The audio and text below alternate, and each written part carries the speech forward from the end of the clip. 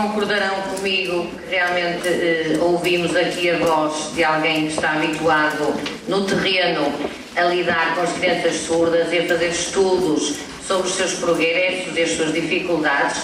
Eu passaria agora a apresentar a professora Maria do Céu Gomes, que eu, antes de ler o que tenho aqui para ler, gostaria de dizer e de salientar que realmente fez um trabalho excepcional aqui na Escola EB23 de Paranhos. E eu terei muita pena se acontecer realmente uma possibilidade que é ela ir embora desta escola, porque acho que foi um elemento que veio trazer uma dinâmica fantástica aqui à escola e será uma pena se ela sair. Mas vamos agora pensar apenas no presente. A professora Maria do Céu Gomes é especializada em ensino de surdos pela Faculdade de Psicologia e Ciências da Educação e doutoranda nessa mesma instituição. Também é professora na Escola EB23 de Paranhos e é responsável pelo projeto Níveis Comuns de Referência no Português, Língua Segunda, para alunos surdos. Integra os projetos Redes e Connecting Classrooms na mesma escola. Eu vou então passar a dar a palavra à professora Maria do Céu.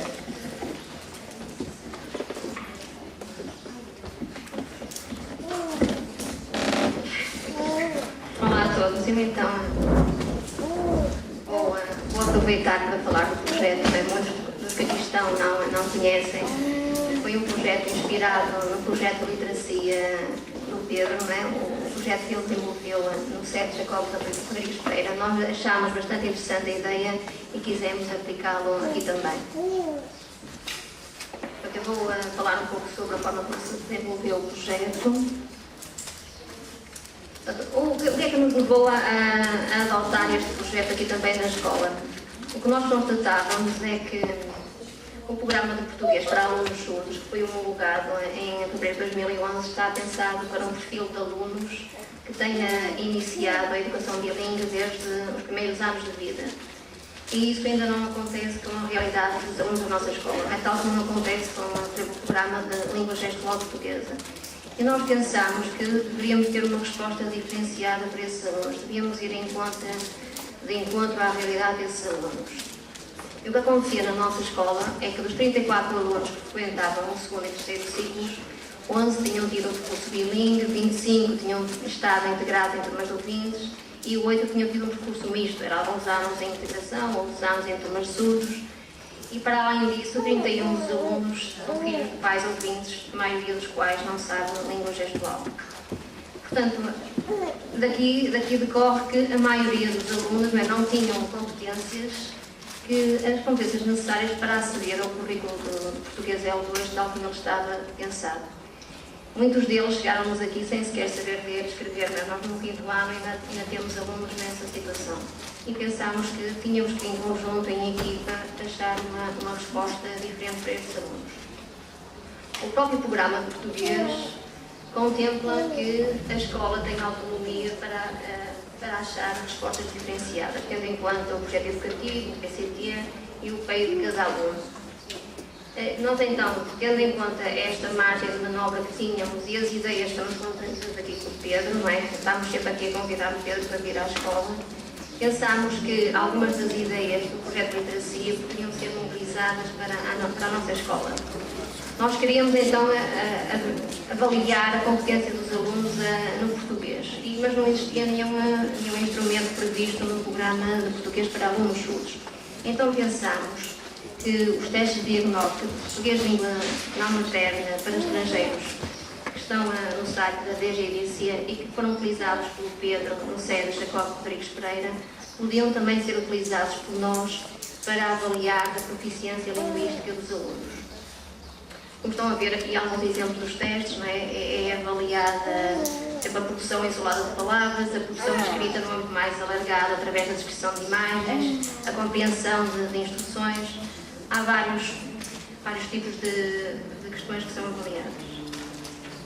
Decidimos também em equipa que os resultados dessa avaliação passariam a constar do PEI de cada aluno. Portanto, nós antigamente dizíamos só o aluno tem dificuldades, mas isso é pouco específico, como diz o Pedro, o que é isso de dizer tem dificuldades. Nós tivéssemos uma medida exata que os colocasse num determinado nível de proficiência, poderíamos ser mais exatos e encontrar estratégias mais adequadas para aquele aluno.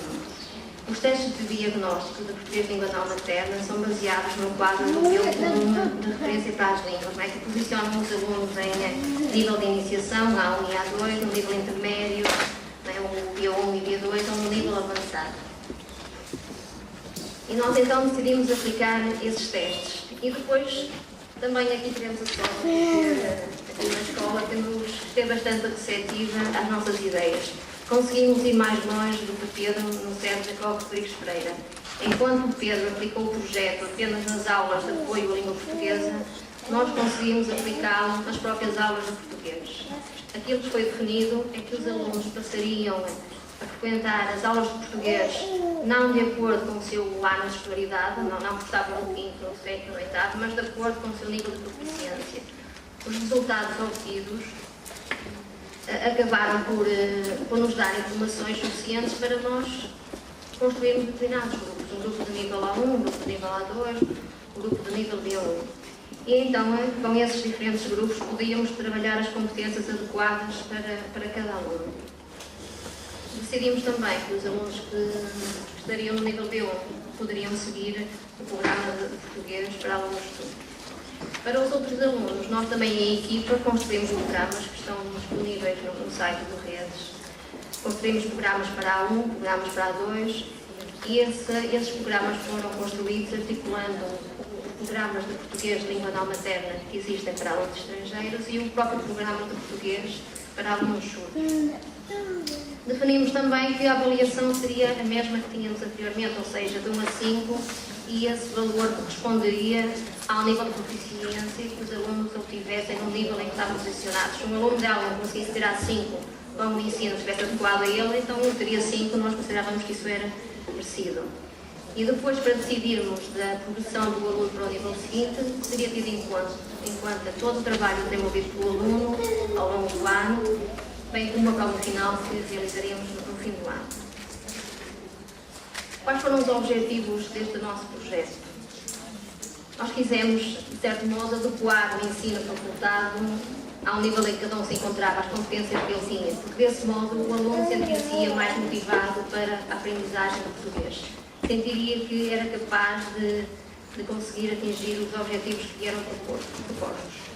E deste modo, percebendo que tinha capacidades para obter resultados positivos, ele iria empenhar-se mais na aprendizagem do português, e foi realmente aquilo que nós constatámos que aconteceu. Tivemos o cuidado de facultar formação a todos os elementos da equipa educativa, então chamámos aqui muitos especialistas, nomeadamente o Pedro, veio cá várias vezes, tornou-se aqui um habitué. O Pedro veio cá, falou sobre o projeto Literacia em Lisboa, falou das estratégias usadas, deu-nos algumas dicas de materiais, e foi bastante importante.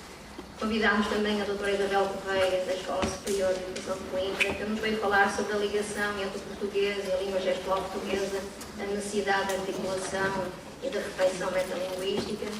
E tivemos também aqui o coordenador do programa de português L2, o professor José Afonso Batista, que é da opinião que realmente o programa é o aluno. Nós temos que adequar o programa a cada aluno e não seguir as orientações como se fossem iguais para todos. Depois definimos algumas estratégias em conjunto. Uma das estratégias que definimos é que os materiais produzidos deveriam ter atenção à adequação ao nível de proficiência em que eles estavam colocados e também ao nível etário dos alunos e aos seus interesses pessoais.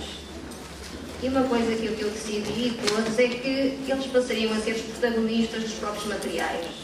Todos os materiais que foram produzidos, geralmente tirávamos a fotografia dos alunos da turma e eram eles próprios que apareciam nos textos, nos seus trabalhos, e isso motivava-os imenso. Eles tinham um imenso orgulho no caderno diário, queriam sempre mostrá-lo aos colegas e isso dava-lhes também outro interesse para aprender a disciplina do português. Mesmo qualquer conteúdo temático que trabalhássemos, íamos sempre ver as vivências dos alunos e eram eles próprios, era sobre a vida deles, aquilo que eles faziam no dia a dia, que nós nos debruçávamos. Por exemplo, falámos aqui uns conteúdos que foram as profissões na escola, aproveitámos para falar sobre o papel dos intérpretes na escola, dos formadores, para eles ficarem a conhecer melhor o contexto em que estavam enquadrados. Depois definimos também algumas outras estratégias. Uma das estratégias que nós aqui adotámos, e que penso que estamos em sintonia com o Pedro, é que nós somos da opinião de que um texto nunca deve ser traduzido pelo intérprete no primeiro momento. Nós projetávamos o texto e o aluno era chamado a transmitir as suas ideias principais. Não é ler o texto seguidamente, porque não sei se não é possível, mas o nosso objetivo era que o aluno olhasse para o texto e que soubesse transmitir o que é que estava lá escrito. Não é? Porque aquilo que nós constatamos é que muitos alunos estão habituados a que o intérprete traduz. E então, se o intérprete traduz, eu fico à espera, não tenho que fazer um esforço para perceber o que está lá escrito. E pensamos que esse tipo de exigência tem que ser feita, só assim que eles poderão dar o salto. Outra metodologia que nós tínhamos era realizar uma ficha de trabalho, dava a ficha de trabalho aos alunos, todas as fichas, todos os materiais eram colados no caderno diário e todos tinham que as realizar individualmente. E depois eu ia, carteira a carteira, corrigir individualmente a cada aluno que eles tinham, o exercício que eles tinham realizado.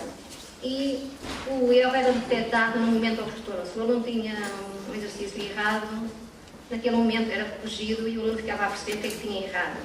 Portanto, nós evitávamos aquela metodologia de não vamos corrigir todos em conjunto, não é? Para ninguém ficar à espera de depois ver como é que era a correção. Todos tinham, só quando todos terminavam, e todos tinham que terminar sozinhos, é que se dava por encerrado o exercício e se passava para o passo seguinte. Realizávamos também atividades em conjunto com todos os alunos e aí eu também era muito exigente, nunca os deixava ir ao quadro com um caderno e um suporte escrito. Eles tinham, quando chegavam ao quadro, que saber escrever sozinhos. Porque quem tem alunos curtos sabe, não é? Eles estão sempre agarrados ao suporte e como é que se escreve, e neste momento sabem como ao quadro já não sabem, e eles sabiam que na aula de português tinham que mostrar que tinham adquirido as competências. Tal como há pouco referiu o Pedro, para nós o erro é considerado um elemento fundamental, não é? para o processo de aprendizagem. Nós tentávamos sempre trabalhar o erro, fazíamos por vezes apanhados e esses erros eram trabalhados com os alunos e refletíamos em conjunto porque é que aquilo estava errado.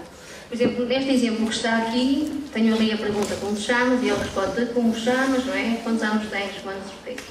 Neste caso aqui era um pouco o que eu disse há pouco, o aluno nem sequer percebe o que se pretende do exercício. Não percebe que aquilo é uma pergunta que ele tem que responder. Ele não responde à pergunta, não diz um nome, não diz nada, apenas se limita a copiar a pergunta, não é? E troca-lhe a ordem, pensa quanto assim já está. O que é que nós temos que fazer? É pegar nisto, não é? E dizer, olha, sabes que é uma pergunta, não é? Tivemos aulas da primeira a explicar o que é isto, o que é a interpretação. Quando se faz uma pergunta, o que é que se espera que tu faças? E só depois de passar nisso é que... E depois o que tu dizes tem que ter sentido, não é? Que era aquilo. E aqui há outra questão que o Pedro não abordou, não é? Muitas vezes eu penso que o problema deles no português tem a ver com o problema da língua gestual. Eles não têm um pensamento estruturado em língua gestual. Eu, a conversar com os alunos em língua gestual, eles por vezes não sabem transmitir uma ideia bem estruturada. O que eles dizem em língua gestual não tem sentido. E se não tem sentido em língua gestual, eu pergunto como é que terá sentido em língua portuguesa. Então o que é que nós fazíamos? Todos os materiais produzidos eram partilhados pela equipa. Neste projeto, não faziam parte deste projeto apenas os professores de português. Tínhamos os professores de português, tínhamos os professores de educação especial, tínhamos os terapeutas da fala, os intérpretes e os professores de língua gestual portuguesa. Porquê é que todos estes profissionais faziam parte da equipa? Nós partilhávamos tudo, não é? Os materiais, em que ponto do programa é que íamos e quando detectávamos este erro, não é? Dizíamos, olha, este aluno tem dificuldades nesta área, nesta e nesta. Então todos em conjunto tentávamos trabalhar essas dificuldades para, em conjunto, nós tentarmos superar essas lacunas. Eu tenho aqui alguns exemplos, por exemplo, da colaboração da professora de língua gestual portuguesa. Aqui um trabalho produzido na terapia da fala, né? Sobretudo privilegiávamos a abordagem comunicativa numa situação do dia-a-dia, uma situação que respondesse às necessidades imediatas do aluno. O que é importante o aluno saber para na escola se dirigir ao parque, se dirigir à cantina na escola, né? Todas essas situações.